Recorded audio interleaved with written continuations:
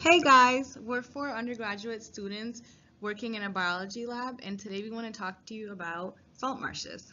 Salt marshes are coastal wetland ecosystems that are home to a variety of birds, fish, and grasses. These ecosystems are important because they serve as a barrier between the land and the ocean.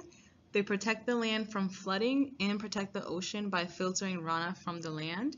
Salt marshes also have the highest primary productivity of any natural ecosystem on Earth, which basically means that they're able to convert energy from the sun into plant growth at a faster rate than any other natural ecosystem, including tropical rainforest. This high rate of growth requires a lot of nutrients. So how exactly do these plants get the nutrients that they need to grow? Well, the answer is microbes. All right, so microbes. Microbes, for our purposes, are bacteria and archaea. Now, these are two very large groups of single-celled microorganisms. Now, they're found in every ecosystem on the planet. They're found on our bodies, they're found in our bodies, they're found on the food we eat, on every surface we touch. They're literally everywhere.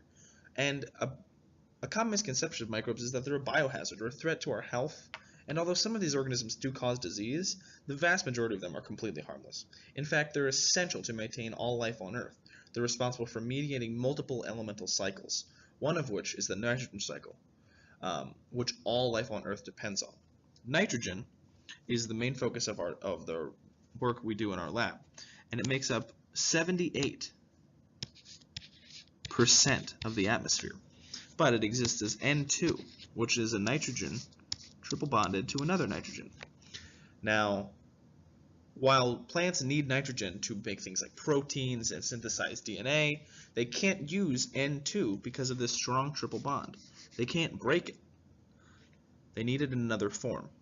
Now, in order to convert it to that form, bacteria that exists in the sediment and in the soil and in the root structures of the plants take in this N2, break this triple bond, and make nitrogen available in a variety of forms, whether it's NO2, NO, NH4, NH3. It converts between all these different states with a lot of different intermediates. So it creates a very complex cycle of converting nitrogen from one form to another in order to make it available in whatever state the plant needs to be productive and to carry out photosynthesis in a really efficient manner. So that's one thing. That's a very important takeaway when thinking about nitrogen and bacteria and salt marshes. Another example that sort of mirrors what we're talking about here is when we're talking about that stinky, stinky smell that comes out of salt marshes. This is sort of a hallmark of salt marshes. They're really bad odor that just seeps out of them. What this is hydrogen sulfide. Hydrogen sulfide is a byproduct of sulfur-consuming bacteria and archaea that live in salt water. So they consume the sulfides that are just in salt water, and they produce hydrogen sulfide as part of the sulfur cycle. So they're constantly changing to different forms that are available for the plant to take up in their roots and to use for what they need to do in their metabolism. And as a byproduct, they make a stinky little odor that tells you that this process is all working.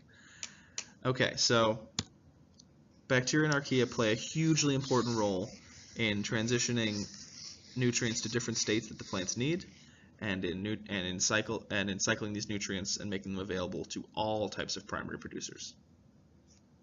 Microbes in salt marshes have just recently started to get more awareness. In the early 1900s, they were often seen as smelly, mosquito-infested swamps. Common belief was that draining them would be beneficial, as it would reduce the mosquito populations in that area. So this drainage idea was put into effect during the Great Depression in a number of New England marshes. As you can see from this aerial shot, extensive ditches were dug throughout the marsh.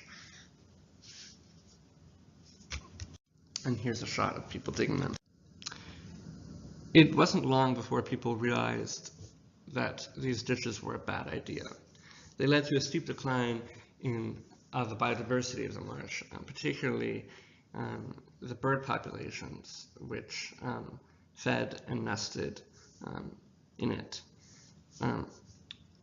Additionally, many marshes were diked or impounded. So this is where a large barrier, often concrete, would be put through the marsh to restrict the flow of seawater into it.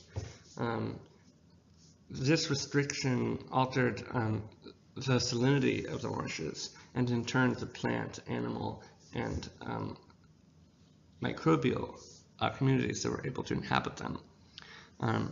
People soon realized that this was also a bad idea, and seawater flow has been restored.